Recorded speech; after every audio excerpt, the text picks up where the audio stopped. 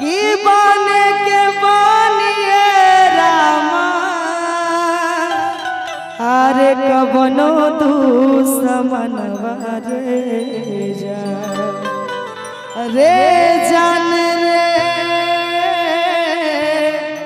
कबनो दुश्मनवा रे जा धैले रहब गुरु के चरणवा रे जान। आई 1 2 3 4 क्या बात है। एक भगवान के नाम से जोरदार ताली बजनी चाहिए। जय हो बोले शंकर भगवान की, बोले मैया पार्वती की।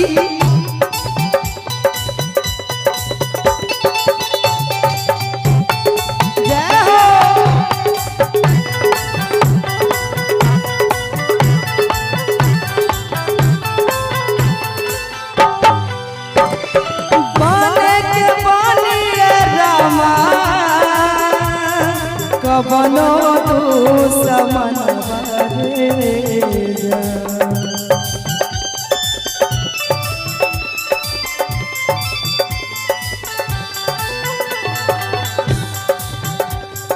बने के बनिए रामा कबनो दुश्मनवा रे जा जान रे कबनो दुश्मनवा रे जा न धैले रहब गुरु चरणवा रे जा धैले रहब गुरु के चरणवा रे जा।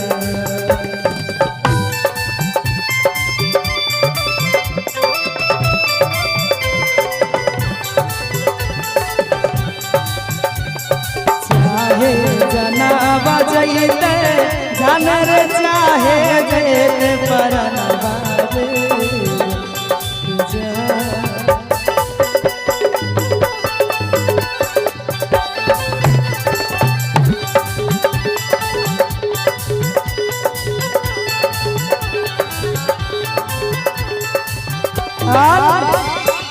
एक धर्मवा बाटे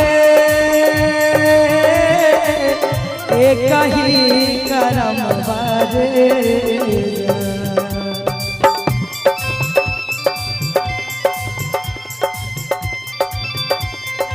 अरे ये अनिल राय जी की तरफ से आरजेडी प्रखंड अध्यक्ष हैं, इनकी तरफ से ढेर सारा पुरस्कार है। बहुत बहुत धन्यवाद। एक धर्म बाटे एक ही करम बारे जा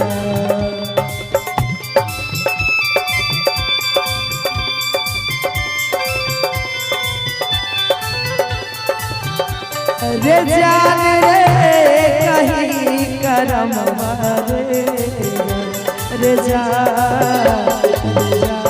धैले रहब गुरु चरणवा रे जा धैले रहब गुरु के चरणवा रे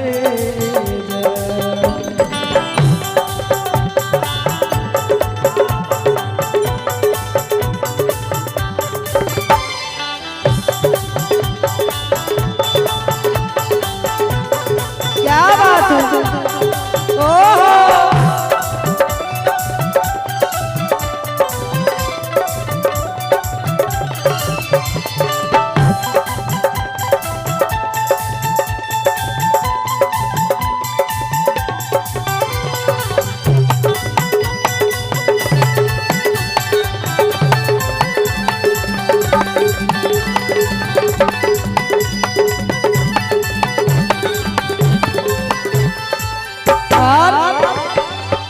ये है गणेश चौधरी जी, इनके तरफ से ढेर सारा पुरस्कार है जो कि डीलर साहब हैं। बहुत बहुत धन्यवाद गणेश चौधरी जी को। और कहेंगे अरे के धर्मवा बाटे शिव गुरु बर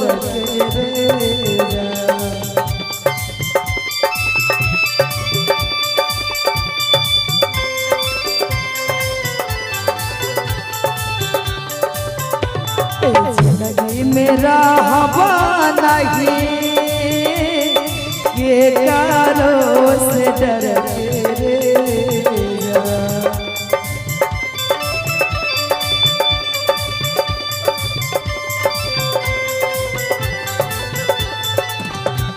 रे जान रे के करो से डर के रे जान धइले रहब गुरु के चरणवा रे जान धइले रहब गुरु के चरणवा रे जान धइले रहब गुरु के चरणवा